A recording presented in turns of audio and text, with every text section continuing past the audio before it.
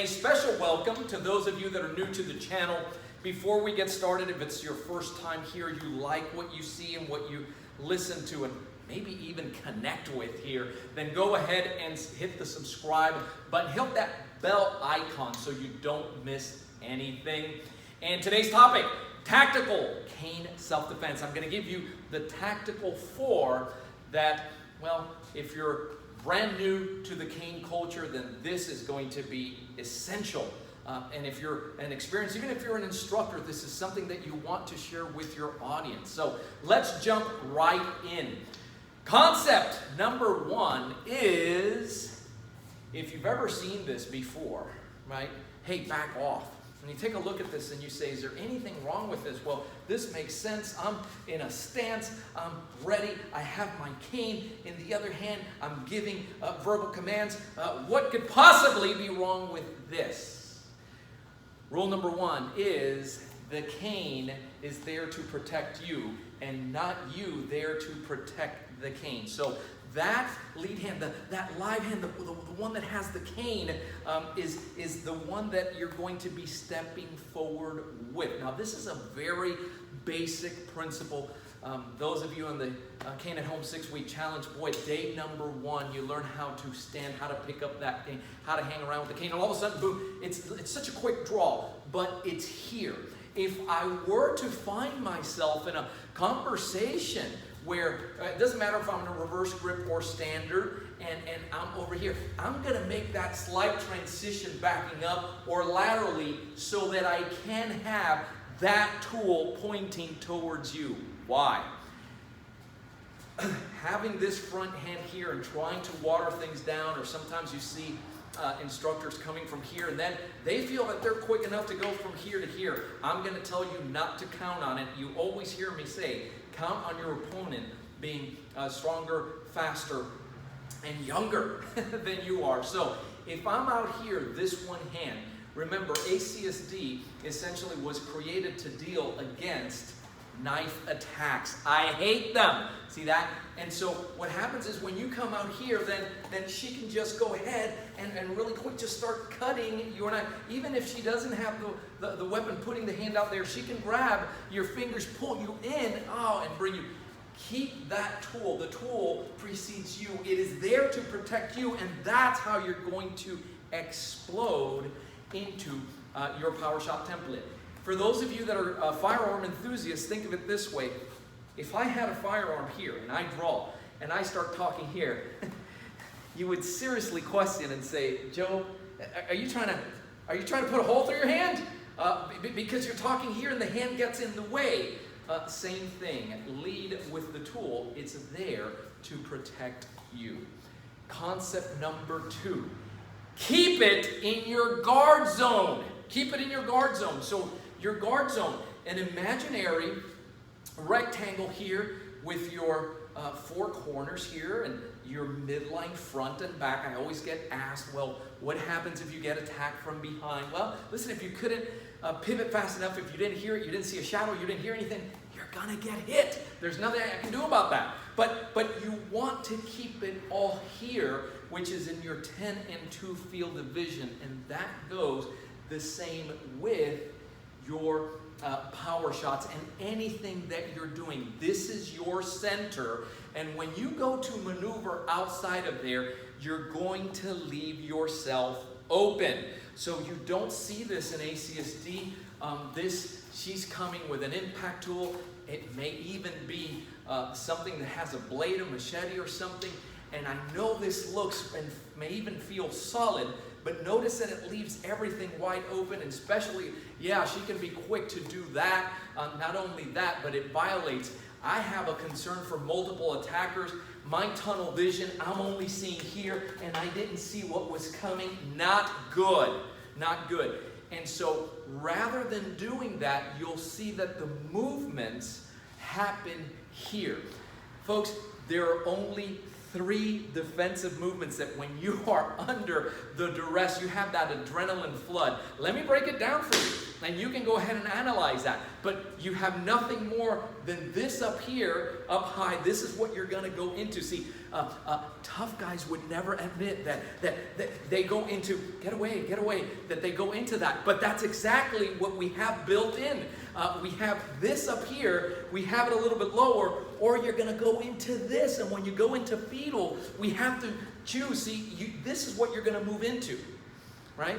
And so what we've done with ACSD is taken, for instance, when she's coming with that white shot, is to put that tool between you. I'm using a Raven here, the metal cane, and what I'm doing is I'm putting myself right perpendicular to that tool. But notice that it's aligned here, and so I'm not away from. It's very different than doing this that leaves me open. And so we have a concern for that.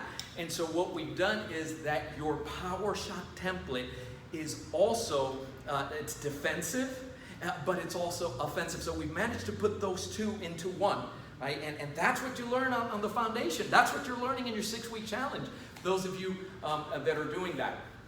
Concept number 3 is the way you carry that cane, and you've heard me say it now how many times, right? Standard versus reverse grip where the horn is pointing away from you.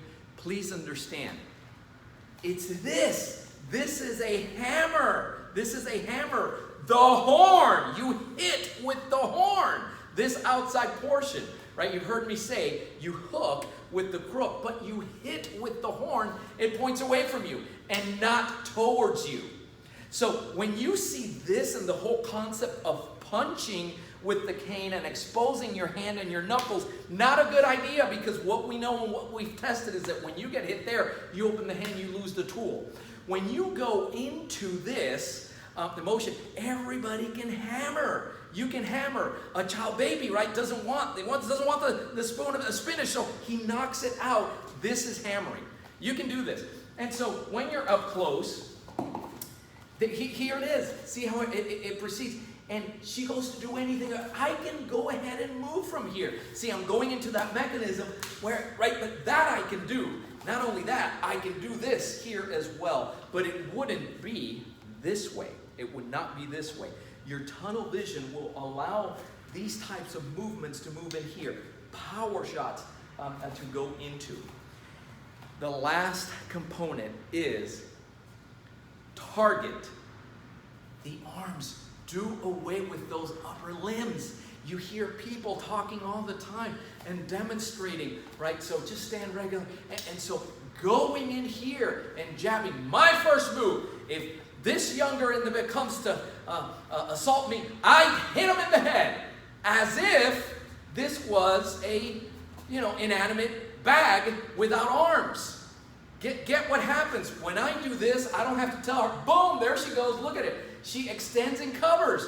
When you do that, you can't just do this because she instinctually, we just spoke about it, she can do that. Her reflexes are probably better than yours. So it's not so simple to get there as a primary strike.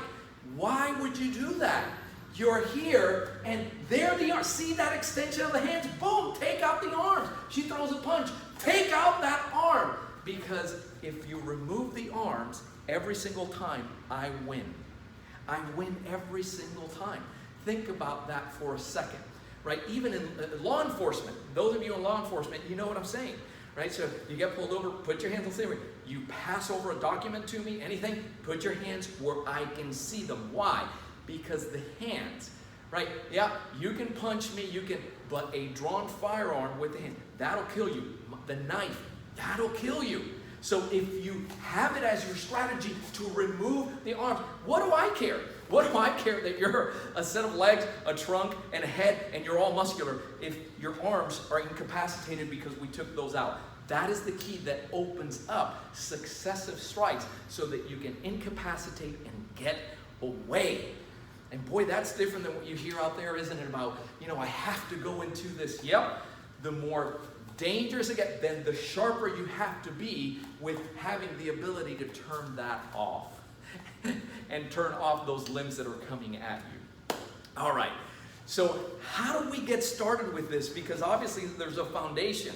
And you heard me reference that you can get started with this right from the onset and more enjoyable. You can do it enjoyably in the comfort of your home. So when you come over to the website, you say, I have zero experience dealing with this, or this makes sense, but I don't have this curriculum. How do I communicate this? I'm an instructor. How do I pass it on? Well, I did the work for you a long, long time ago.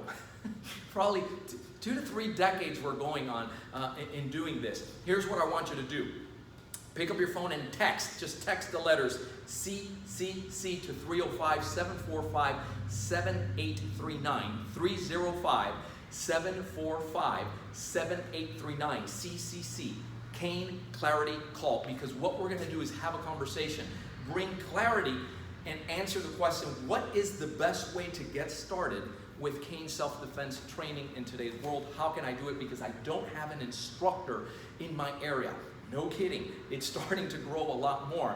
But I'll share with you, and we'll have a discussion and see if it's a good fit, how Cainers around the world, from starting from scratch all the way to instructors, how it is that they are aligning themselves with a curriculum that takes you step by step to where you want to go. And if you read the reviews, you'll find that it's a lot of fun. They refer to it as cool, and it's a very enjoyable experience. All right? As always, my staff and I are here to serve you. Thank you so much for watching. Keep caning and stay safe.